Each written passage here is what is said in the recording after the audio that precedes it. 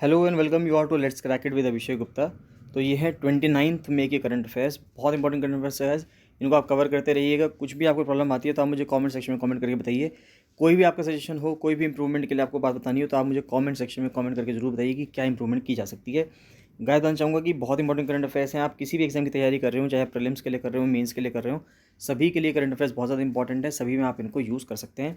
अगर आपने let's crack it with Abhishek Gupta का यूट्यूब चैनल सब्सक्राइब नहीं किया है तो उसको जरूर सब्सक्राइब कर लीजिएगा। साथ साथ let's crack it with Abhishek Gupta का फ्री टेलीग्राम चैनल भी है, तो इसको जरूर ज्वाइन कर लेना। इसका लिंक आपको वीडियो के डिस्क्रिप्शन में मिल जाएगा। इसको ज्वाइन करना बहुत बहुत ज़्यादा ज़रूरी है। गाइस साथ साथ बताना चाहूँगा, लोअर पीसीएस मेंस के लिए, एफआरओ मेंस के लिए और एडवोकेट जनरल आरओ मेंस के लिए, तीनों के लिए फुल प्रिपरेशन बैच चल रहा है। तो जो भी विलिंग कैंडिडेट्स हैं जो चाहते हैं कि वो प्रिपरेशन करें अच्छे से और उनका एग्जाम बहुत अच्छे से हो, तो वो मुझे 7665804421 पर कॉल या मैसेज कर सकते हैं, जिससे कि वो इन प्रिपरेशन बैचेस में ज्वाइन कर सकें और अपनी प्रिपरेशन बहुत अच्छे से कर सकें। चलिए स्टार्ट करते हैं 29 मई के करंट अफेयर्स। तो सबसे पहले न्यूज़ आ रही है GS1 से। पिंक सिटी के ऊपर न्यूज़ है। यूएन हैबिटेट की रिपोर्ट है कि heritage to sustainability, UN habitat lays out plan for pink city. तो यूएन हैबिटेट ने पिंक सिटी जयपुर के लिए एक प्लान निकाला है। तो यूएन हैबिटेट का कहना यह है कि उसने आइडेंटिफाई किया है मल्टी हज़ार्ड वल्नरेबिलिटीज़ को, urban sprawl, weak urban mobility और green blue disconnect as the pressing issues for Jaipur city. तो जयपुर सिटी में ये जो जितने भी इश्यूज़ हैं, जैसे कि अर्बन स्प्रॉल हो रहा है यानी कि अर्बन एरिया तो फैलता जा रहा है, और वीक अर्बन मोबिलिटी है यानी कि अर्बन मोबिलिटी जो है वहाँ पे जो ट्रांसपोर्टेशन है वो बहुत ज़्यादा वीक है, जाम रहता है हर समय। तो उन सब कंडीशंस को सुधारने के लिए यूएन हैबिटेट वहाँ पे इनिशिएटिव लेने जा रहा है। Jaipur has received an overall sustainability rating of 3 on the urban sustainability assessment framework on the base of data collected for 87 of its 131 parameters. तो 131 पैरामीटर्स में से 87 पर जब डेटा कलेक्ट किया गया तो अर्बन सस्टेनेबिलिटी असेसमेंट फ्रेमवर्क पे जयपुर को 3 स्टार की रेटिंग मिली है। Project has received funding. ये जो प्रोजेक्ट है जो यूएन हैबिटेट चलाएगा, इसको फंडिंग मिली है from the global environment facility to estimate the carbon sequestration potential of Indian cities. कि कार्बन सिक्वेस्ट्रेशन कितना हो सकता है, यानी कि कितना हम कार्बन, जो भी कार्बन उत्सर्जित हो रहा है, जो भी कार्बन रिलीज़ हो रहा है, उसको हम कितना ख़त्म कर सकते हैं, कितना सिक्वेस्टर कर सकते हैं। तो उस चीज़ के लिए इंडियन सिटीज़ का क्या पोटेंशियल है, उसके लिए प्रोजेक्ट लाया जा रहा है। Migrating mitigating urban sprawl remains a major challenge. की अर्बन स्प्रॉल जो हो रहा है यानी कि जो शहरी क्षेत्र जो फैलता जा रहा है, उसको किस तरह से हम मिटिगेट कर सकते हैं, उसको किस तरह से हम कम कर सकते हैं। Challenge in the state capital. तो राजस्थान की जो कैपिटल है जयपुर, वहाँ पे ये चैलेंज रहेगा। While the UN body emphasising the concept of a compact city with redevelopment and redensification of the existing urban areas. तो उनका कहना ये है कि जो अर्बन एरियाज, जो ऑलरेडी अर्बन एरिया है, उसको ही डेंसिफाई करें, यानी कि उसी में ज़्यादा से ज़्यादा लोग रहें, ना कि अर्बन एरिया का जो एरिया है वो बढ़ता जाए। The project found that there are about 800 dry wells in Jaipur's walled city. तो ये कहा जा रहा है कि जयपुर की जो वॉल्ड सिटी है, जयपुर शहर में 800 से ज़्यादा सूखे कुएं पड़े हैं, जो बारिश के टाइम पे, जिस टाइम पे जयपुर में बाढ़ आती है, तो उस टाइम पे ये कुएं बहुत ज़्यादा मदद कर सकते हैं। जयपुर के अंदर जो बाढ़ आती है बारिश के टाइम पे, मानसून सीजन के टाइम पे, वो ना आए। That could be use as rain water harvesting structure. तो उनको रेन वाटर हार्वेस्टिंग स्ट्रक्चर के रूप में यूज़ किया जा सकता है। This would raise the water table. Simple सी बात है, तो वो वाटर टेबल को रेज करेगा, मिटिगेट करेगा अर्बन फ्लड्स को, and ensure efficient utilisation of water resources as Jaipur has been facing extreme cases of drought during summer as well as urban floods. क्योंकि वहाँ पे समर के दौरान पे बहुत ज़्यादा सूखा पड़ रहा है जयपुर एरिया में। तो वहाँ पे ये जो कुएँ हैं, जब बारिश होती है तो उस टाइम पे इन कुओं में पानी जाना चाहिए, जिसके वजह से एक तो जो वाटर टेबल है, ग्राउंड वाटर टेबल है, वो भी इम्प्रूव होगा और फ्लड्स नहीं आएंगे, और साथ ही साथ जो वहाँ पे ड्रॉट की जो कंडीशंस हैं, जो हर साल सूखा पड़ता है वहाँ पे, उसकी कंडीशंस भी नहीं रहेंगी। नेक्स्ट GS2 की न्यूज़ आ रही है, क्वाड के ऊपर न्यूज़ आ रही है। तो क्वाड ग्रुपिंग जो है इंडिया की, इंडिया, ऑस्ट्रेलिया, जापान और यूएस की, वो अब Indo Pacific maritime domain awareness के ऊपर भी काम करने जा रहा है। अभी हमने पिछले दिनों न्यूज़ देखी थी कि यूएस प्रेसिडेंट ने इनिशिएटिव लिया था इंडो पैसिफिक इकोनॉमिक फ्रेमवर्क के लिए, IPEF के लिए। तो उसके साथ साथ अब जो क्वाड ग्रुपिंग्स हैं वो Indo Pacific maritime domain awareness के ऊपर भी काम कर रही है, जिसमें इनिशिएटिव लिया जा रहा है फॉर इन्फॉर्मेशन शेयरिंग। की इन्फॉर्मेशन शेयर की जाएगी and maritime surveillance across the region. और मैरीटाइम सर्विलांस किया जाएगा, यानी कि जो वहाँ पे मैरीटाइम है, यानी कि जो वहाँ पे जो जितना भी समुद्री एरिया है इंडो पैसिफिक रीजन का, वहाँ पे सर्विलांस की जाएगी। 2 इश्यूज़ हैं ऐसे जो इंडिया की एबिलिटी को लिमिट कर रहा है इस चीज़ में। पहला तो आता है इंफ्रास्ट्रक्चर कॉन्स्ट्रेंट्स, की भारत में जो इंफ्रास्ट्रक्चर है भारत का, उसकी कॉन्स्ट्रेंट्स हैं। And continue delay in posting Indian liaison officers. और कंटिन्यू डिले है कि भारत का जो लाइजन ऑफिसर्स हैं, जो भारत के नेवल ऑफिसर्स हैं, इंडिया उनको अपॉइंट नहीं कर रहा है in other facilities and centres in the region. तो अलग अलग देशों में भारत का फ्यूजन सेंटर है, इसको हम इंडियन फ्यूजन सेंटर कहते हैं, IFC, Indian Ocean region, IOR। तो IFC IOR में यानी कि Indian fusion centre Indian Ocean region में भारत अपने लाइजन ऑफिसर्स अलग अलग देशों में अपॉइंट नहीं कर रहा है। तो ये जो लैकडाइसिकल अप्रोच है इंडियन गवर्नमेंट की, इसके वजह से क्वाड ग्रुपिंग तरीके से काम नहीं कर पा रहा है। नेक्स्ट न्यूज़ आ रही है कि सेंटर ने एक्सटेंड करी है स्कॉलरशिप फॉर जम्मू कश्मीर और लद्दाख के स्टूडेंट्स के लिए। तो 2011 की जो गवर्नमेंट थी, यूनियन गवर्नमेंट थी, UPA सरकार थी, उस टाइम पे उन्होंने एक स्कीम लॉन्च की थी जिससे कि जम्मू कश्मीर और लद्दाख उस टाइम पे जब यूनाइट हुआ करते थे, एक ही स्टेट हुआ करते थे, तो उनके जो बच्चे हैं उनको पूरे भारत में पढ़ने के लिए प्रोत्साहन मिलेगा। तो इस वजह से स्कॉलरशिप थी जो 2011 में लाई गई थी, उसको सेंटर ने बढ़ावा दिया है, उसको सेंटर ने एक्सटेंड कर दिया है। The union government has extended a scholarship scheme from the UPA era for students from Jammu and Kashmir and Ladakh for another 5 years। तो अगले 5 सालों के लिए उसको बढ़ा दिया गया है। The government want to continue the scholarship along with a simultaneous focus on opening new educational institutes in the newly created union territories। तो गवर्नमेंट ये भी चाहती है कि जम्मू कश्मीर और लद्दाख जो 2 नई यूनियन टेरिटरीज बनाई गई हैं, यहाँ पर भी एजुकेशन इंस्टीट्यूशंस खोल जाने चाहिए, जिससे कि बच्चों को माइग्रेट करके बाहर दूसरे राज्यों में जाना ही ना पड़े।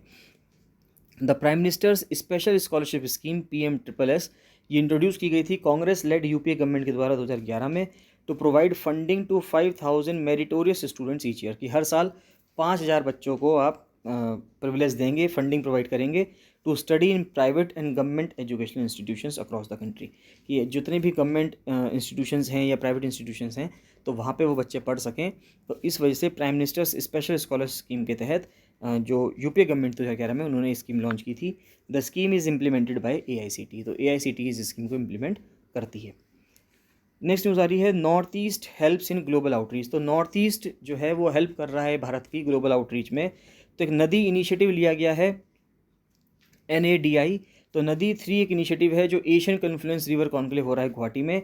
तो prioritisation of the northeast comprising 8 states had made it obvious that India should work with its most trusted global partners।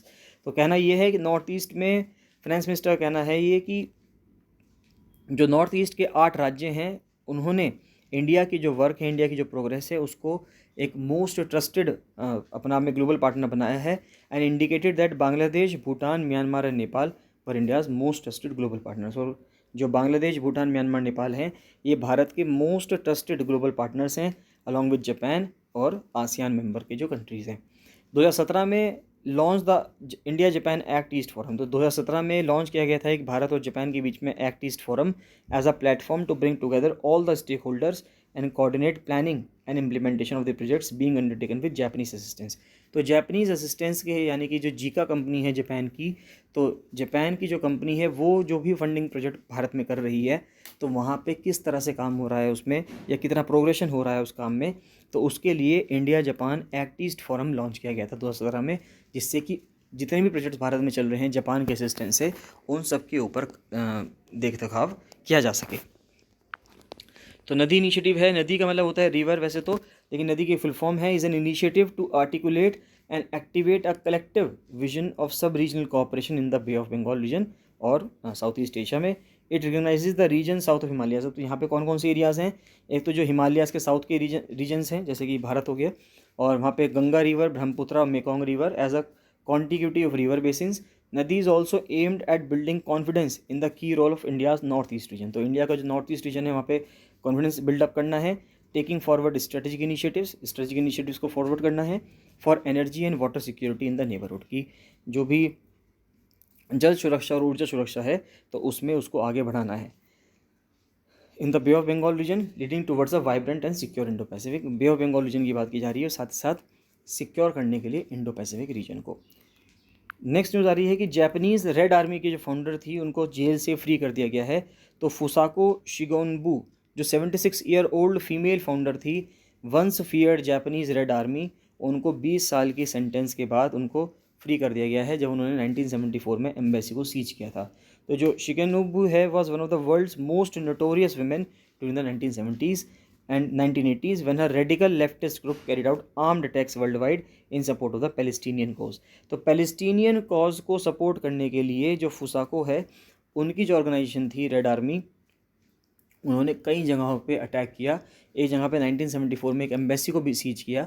तो इसके बाद उनको 20 साल की सज़ा हुई और 20 साल बाद अब वो जेल से रिहा हुई हैं।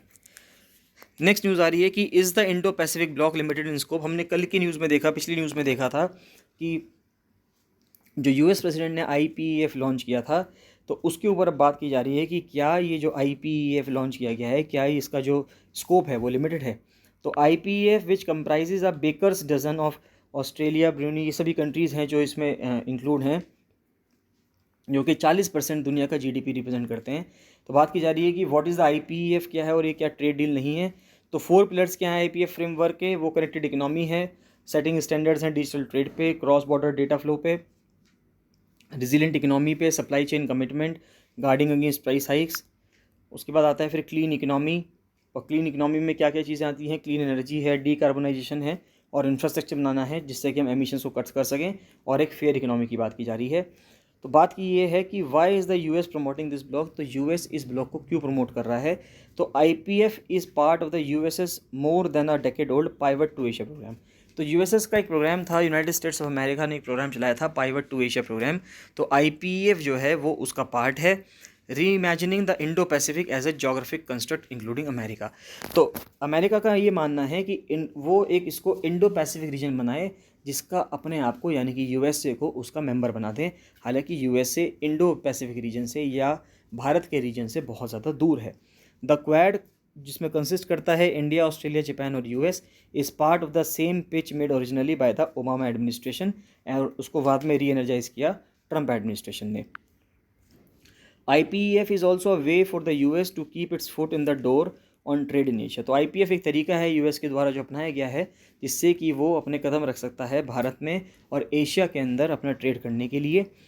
After the Trump administration walked out of the 11 member CPTPP। तो उसके बाद जब 11 मेंबर का जो CPTPP था, बाद में उसको, पहले उसको TPP कहा जाता था, ट्रांस पैसिफिक पार्टनरशिप, बाद उसको कॉम्प्रिहेंसिव एंड प्रोग्रेसिव एग्रीमेंट बना दिया गया ट्रांस पैसिफिक पार्टनरशिप का।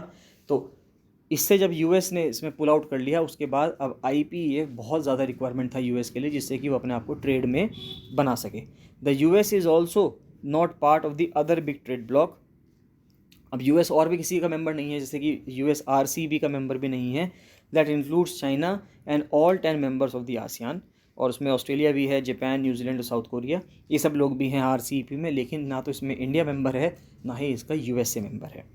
तो अब बात की जा रही है कि अगर हम इसमें इंडिया के लिए क्या है, तो for the Modi government to which walked out of the RCEP में इंडिया ने भी पार्टिसिपेट नहीं किया था। After 8 years of negotiations, membership of IPEF keeps it in the room on Asian trading arrangements. तो अब जब इंडिया ने, ना तो इंडिया CPTPP का मेंबर है और ना ही इंडिया RCEP का मेंबर है, तो IPEF का मेंबर बन के इंडिया जो है वो एक रूम खोल रहा है एशियन ट्रेडिंग के लिए, and is a way of blunting criticism that is overtly protectionist. तो जो इंडिया पे ये ब्लेम लगाया जा रहा है कि इंडिया बहुत ज़्यादा प्रोटेक्शनिस्ट होके चल रहा है, संरक्षणवाद के हिसाब से चल रहा है, कि जिससे कि उसने RCEP ज्वाइन नहीं किया क्योंकि कई सारे कंट्रीज़ का जो सामान है उसके देश में आ जाएगा। तो इस वजह से इंडिया पे जो ये ब्लेम और एक्यूजेशंस लग रहे हैं, तो इसको ओवरकम करने के लिए इंडिया ने IPEF भी ज्वाइन किया है। नेक्स्ट न्यूज़ आ रही है GS3 से कि RBI ने नोटिफाई किया है डायरेक्शंस को कि कौन कौन क्रेडिट कार्ड और डेबिट कार्ड इशू कर सकता है। तो कौन कौन सी एंटिटीज़ एलिजिबल हैं कि वो इशू कर सकती हैं क्रेडिट कार्ड को। तो फॉलोइंग एंटिटीज़ में इशू क्रेडिट कार्ड। तो ये इंपॉर्टेंट चीज़ है, कौन कौन क्रेडिट कार्ड इशू कर सकता है भारत में। तो एक तो शेड्यूल कमर्शियल बैंक कर सकते हैं जिनकी नेटवर्थ करीब करीब 100 करोड़ होगी, और वो रीजनल रूरल बैंक नहीं होने चाहिए। तो रीजनल रूरल बैंक के अलावा दूसरे जो शेड्यूल्ड कमर्शियल बैंक हैं जैसे कि PNB, SBI, ये सभी लोग क्रेडिट कार्ड लॉन्च कर सकते हैं अपने।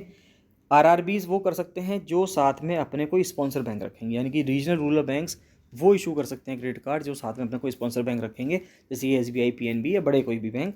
फिर NBFCs कर सकते हैं, अगर RBI उनको अप्रूव कर देगा उसके बाद NBFC जो नॉन बैंकिंग फाइनेंशियल कंपनीज़ हैं वो भी लॉन्च कर सकती हैं अपना क्रेडिट कार्ड।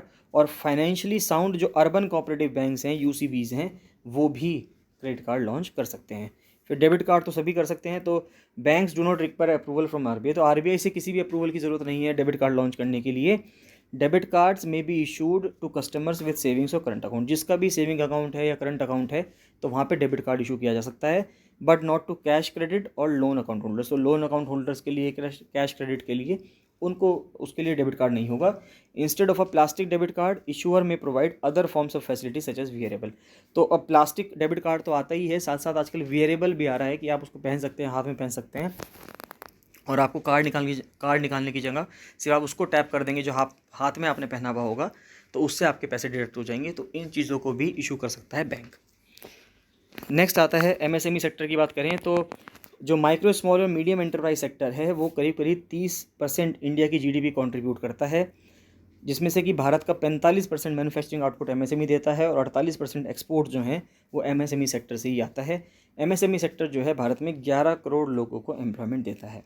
इसके बाद एक सहाय जीएसटी स्कीम भी चलाई गई थी। तो सहाय एक प्लेटफॉर्म है जो एनेबल करता है instant digital lending to MSME and replaces physical collateral with secure access to GST invoices. कि डिजिटल लेंडिंग हो सकती है एमएसएमई उसको, यानी कि एमएसएमईज को अगर कुछ पैसे चाहिए या जीएसटी इम्प्लीमेंटेशन करना है, यानी कि जीएसटी में कुछ करना है, तो उसके लिए सहाय जीएसटी एक प्लेटफॉर्म चलाया गया है। तो बेसिक आपको ये ध्यान रखना है कि जो सहाय जीएसटी प्लेटफॉर्म है ये किसके लिए चलाया गया है, ये एमएसएमई के लिए चलाया गया है। नेक्स्ट आ रहा है कि एक्सपोजर लिमिट जो है इंश्योरर्स की फाइनेंशियल एक्टिविटीज़ की उसको 25% से बढ़ाकर 30% कर दिया गया है। तो IRDAI ने इसको बढ़ाकर फाइनेंशियल इन्वेस्टमेंट एसेट्स को 25% से बढ़ाकर 30% कर दिया। बस इतना आपको ध्यान रखना है। नेक्स्ट आ रहा है कि 2006 का जो इन्वायरमेंट इम्पैक्ट असेसमेंट नोटिफिकेशन है उसमें सरकार ने अमेंडमेंट किया। ये इंपॉर्टेंट चीज़ है कि मिनिस्ट्री ऑफ इन्वायरमेंट फॉरेस्ट और क्लाइमेट चेंज ने का जो नोटिफिकेशन था EIA का इन्वायरमेंटल इम्पैक्ट असेसमेंट नोटिफिकेशन जो था 2006 का, उसको अमेंड कर दिया गया है।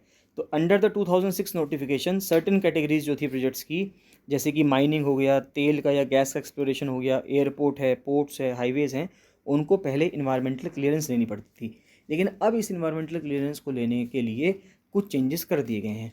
तो पहली बात तो आती है validity of environmental clearance extended. तो पहले जो वैलिडिटी हुआ करती थी इन्वायरमेंटल क्लियरेंस की वो कम समय के लिए हुआ करती थी, अब उसको समय को बढ़ा दिया गया है। तो देखते हैं कितना समय बढ़ाया है। तो रिवर वैली प्रोजेक्ट्स के लिए 2006 के नोटिफिकेशन के हिसाब से 10 साल की वैलिडिटी हुआ करती थी, अब अमेंडमेंट करके 13 साल कर दिया गया है उसको। माइनिंग प्रोजेक्ट्स के लिए पहले 30 साल हुआ करता था, बढ़ाकर 50 साल कर दिया है। न्यूक्लियर पावर प्रोजेक्ट्स के लिए पहले कुछ भी स्पेसिफाई नहीं था और अब इसकी 15 साल की अमेंडमेंट दी है। अमेंडमेंट करके 15 साल के लिए वैलिडिटी दे दी गई है, इन्वायरमेंटल क्लियरेंस 15 साल के लिए दे दिया गया है। और दूसरे प्रोजेक्ट्स के लिए पहले 7 साल हुआ करता था और अब बढ़ाकर उसको 10 साल कर दिया है। तो इन्वायरमेंटल क्लियरेंस का ग्रांट देखें तो 2006 के नोटिफिकेशन के हिसाब से 2 कैटेगरी के प्रोजेक्ट हुआ करते थे, एक तो ए कैटेगरी हुआ करती थी और एक बी कैटेगरी हुआ करती थी, इस बेसिस पे कि उस प्रोजेक्ट का इम्पैक्ट क्या हुआ। तो environmental clearance will be granted by central government for category A projects. तो कैटेगरी ए प्रोजेक्ट्स के लिए सेंट्रल गवर्नमेंट क्लियरेंस देती थी और बी प्रोजेक्ट्स के लिए जो स्टेट की इन्वायरमेंटल इम्पैक्ट असेसमेंट की जो अथॉरिटी है वो जो क्लियरेंस थी वो देती थी। To decentralise the EC process and facilitate clearances at the state level, amendments altered the threshold limit for categorization of projects. तो फॉर इंस्टेंस अब रिवर वैली जो 50 मेगावाट की पावर जनरेट करती है हाइड्रो इलेक्ट्रिक पावर की, उसको category A में डाला जाता है। अमेंडमेंट ने उसको थ्रेशोल्ड को बढ़ाकर 100 मेगावाट कर दिया। तो पहले 50 मेगावाट का प्रोजेक्ट कैटेगरी ए में आया करता था, अब 50 मेगावाट से उसको बढ़ाकर 100 मेगावाट कर दिया गया है कि 100 मेगावाट का पावर का जो प्रोजेक्ट है वही कैटेगरी ए में आएगा, नहीं तो दूसरा प्रोजेक्ट अगर 50 मेगावाट है या 100 मेगावाट से नीचे का प्रोजेक्ट है तो वो कैटेगरी बी में आएगा। नेक्स्ट आते हैं स्ट्रेटेजिक प्रोजेक्ट्स की बात करें तो at present category B projects relating to national defence and of strategic importance are appraised at the state level. तो वो स्टेट लेवल पे होते हैं, लेकिन अब उसको अमेंडमेंट करके उसको अप्रेज कर दिया गया है सेंट्रल लेवल पे कि जो भी ऐसे प्रोजेक्ट्स होंगे जो कि नेशनल डिफेंस के हिसाब से यानी कि नेशनल सिक्योरिटी के हिसाब से बहुत ज़्यादा इंपॉर्टेंट होंगे, उनको सीधा सेंट्रल गवर्नमेंट जो है उनका इन्वायरमेंटल क्लियरेंस प्रोवाइड करेगी। Note that ministry also proposed amending the 2006 notification to exempt all highway projects up to 100 kilometres. तो LOC से 100 किलोमीटर दूर from the line of control border from prior EC, तो 100 kilometre तक जितने भी projects होंगे उन सबको एग्जेम्प्ट कर दिया गया था subject to compliance under the notified SOP और no prior environmental clearance required for ropeways. और ये कहा गया है कि जितने भी रोपवे सब बनेंगे भारत में उनके लिए किसी भी रोपवे के प्रोजेक्ट के लिए इन्वायरमेंटल क्लियरेंस लेने की ज़रूरत नहीं है, आप फटाफट अपने रोपवे बना सकते हैं। नेक्स्ट बहुत इंपॉर्टेंट न्यूज़ है कि कंट्री का लार्जेस्ट गोल्ड रिजर्व को एक्सप्लोर करने के लिए बिहार ऑथराइजेशन मांग रहा है। तो जमुई डिस्ट्रिक्ट जो है उसमें 222 मिलियन टन रिजर्व हैं, ये geological survey of India GSI का कहना है। तो around 222.88 million tonnes of gold reserve, जिसमें से कि 37.6 million tonne of the mineral rich ore are present in the district. तो 37.6 मिलियन टन्स तो मिनरल रिच ओर है और जो माइंस मिनिस्टर थे उन्होंने, प्रहलाद जोशी, उन्होंने कहा था लोकसभा में कि Bihar has 222.885 million tonnes of gold medal, जो अमाउंट करता है भारत का 44% of the total gold reserves in the country. तो भारत का 44% गोल्ड रिजर्व्स जो कहाँ मिलेगा आपको, ये जमुई डिस्ट्रिक्ट बिहार में ही मिल जाएगा। Mistake of ignoring monkey pox outbreak in Nigeria. तो नाइजीरिया से ये रिपोर्ट आ रही है कि मंकी पॉक्स जो है वो 2017 से ही वहाँ पे प्रिवलेंट है, लेकिन उस टाइम से उसको नज़रअंदाज किया जा रहा है। तो अब वो जो मंकी पॉक्स की जो बीमारी है ये कई सारे देशों में फैलती जा रही है। तो monkeypox was first reported in 1958, सबसे पहले इसको 1958 में रिपोर्ट किया गया in lab monkeys, and the first human case was reported in 1970। और सबसे पहला जो केस पाया गया वो 1970 में पाया गया इंसानों में, इन अ 9 month old baby in the DRC। तो डेमोक्रेटिक रिपब्लिक ऑफ कॉन्गो, जिसका पुराना नाम जायरे भी था, तो उस कंट्री में एक 9 महीने के बच्चे के अंदर जो मंकी पॉक्स की बीमारी थी ये पाई गई थी। Nigeria reported it's first case of monkeypox in humans in 1970। तो 1970 में नाइजीरिया में पहला केस पाया गया मंकी पॉक्स का। When one case was detected there were 2 human cases of monkeypox in Nigeria in 1978 and after nearly 4 decades of not reporting any case. अब देखिए 1978 के बाद कोई भी 4 दशकों तक कोई केस नहीं आया। मंकी पॉक्स जो थी वो दोबारा से बीमारी निकल के आई है नाइजीरिया में सितंबर 2014 में। तो सितंबर 2017 में, तो सितंबर 2017 से लेके 30 अप्रैल 2022 तक नाइजीरिया में 558 केसेस आ चुके हैं, जिसमें से 231 तो लैब के द्वारा कंफर्म हो चुके हैं कि ये मंकी पॉक्स के केसेस हैं। 2003 में यूएस ने रिपोर्ट किया था पहला ह्यूमन केस मंकी पॉक्स का। The virus had only cross the species barrier from rodents imported from Ghana to 1%। तो इसमें कैसे हुआ था कि जो घाना से जो रोडेंट्स लाए गए थे, चूहे लाए गए थे, वो बीमारी चूहों से किसी एक पर्सन के अंदर आ गई थी। जो वायरस था वो कूदकर एक इंसान के अंदर आ गया था। जूनोसिस बीमारी थी ये मंकी पॉक्स की। तो यूएस में पहला केस 2003 में पाया गया था। Human to human transmission outside Africa was first reported in September 2018। तो ह्यूमन ह्यूमन ट्रांसमिशन जो है अफ्रीका से बाहर, वो सितंबर 2018 में पाया गया, जब मंकी पॉक्स जो है वो यूके में एक हेल्थ केयर वर्कर को हो गया। Virus is not transmitted through semen और वेजिनल फ्लूइड्स। ये सीमेन के थ्रू या वेजिनल फ्लूइड्स के थ्रू नहीं होता है, लेकिन स्किन टू स्किन कॉन्टैक्ट के थ्रू होता है। और मंकी पॉक्स अपने आप में कैसा वायरस है, ये डीएनए वायरस है। कोरोना वायरस कौन सा वायरस है, डीएनए वायरस है या आरएनए वायरस है, या मुझे कमेंट सेक्शन में कमेंट करके बताएंगे। और एक रेयर बैक्टीरिया डिस्कवर हुआ है अंटार्कटिका में। तो स्यूडोमोनास बैक्टीरिया जो है ये एक रेयर बैक्टीरिया है जो कि हमें अंटार्कटिक पेनिनसुला में मिला है। नेक्स्ट न्यूज़ है कि फैक्ट्स फॉर प्रीलिम्स अगर हम देखें तो नेशनल इंस्टीट्यूट ऑफ वायरोलॉजी आपको कहाँ मिलेगा, ये पुणे में मिलेगा। सवाल पूछ सकते हैं आपसे ये कि एनआईवी कहाँ पे है, पुणे में है। और जो शौनक सेन है उनकी एक शॉर्ट फिल्म है ऑल दैट ब्रीथ्स, उसको केन्स गोल्डन आई अवार्ड मिला है। तो केन्स जो फ्रांस में चल रहा था तो उसके लिए उनको एक गोल्डन आई अवार्ड मिला है। Film is about 2 brothers. ये जो फिल्म है ऑल दैट ब्रीथ्स, ये 2 भाइयों की फिल्म है जो कि माइग्रेटरी बर्ड्स का ख्याल रखते हैं, माइग्रेटरी बर्ड्स का ध्यान रखते हैं।